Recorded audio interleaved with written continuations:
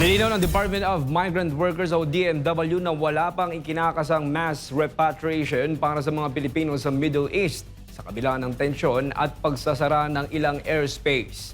Pinayuhan din ng ahensya ang mga kababayan abroad na manatili sa ligtas na lugar at gamitin ang mga available na hotlines at shelter ng gobyerno. Si Cherry Light, magbabalita.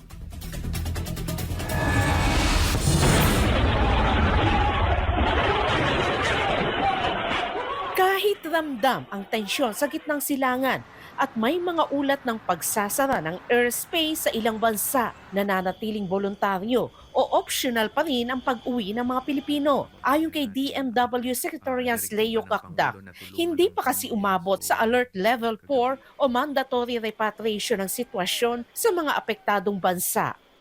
Walang mass repatriation sa ngayon kasi yun po ay yung mandatory level which is alert level 4.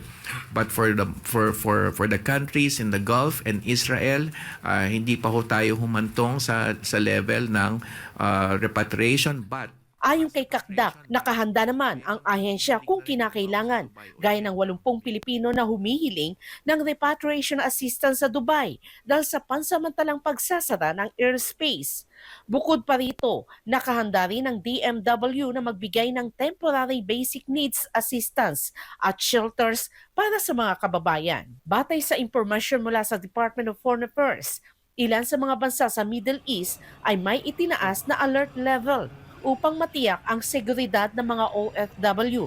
Inilatag ng Overseas Workers Welfare Administration o OWA ang status ng mga bansa batay sa rekomendasyon ng Department of Foreign Affairs.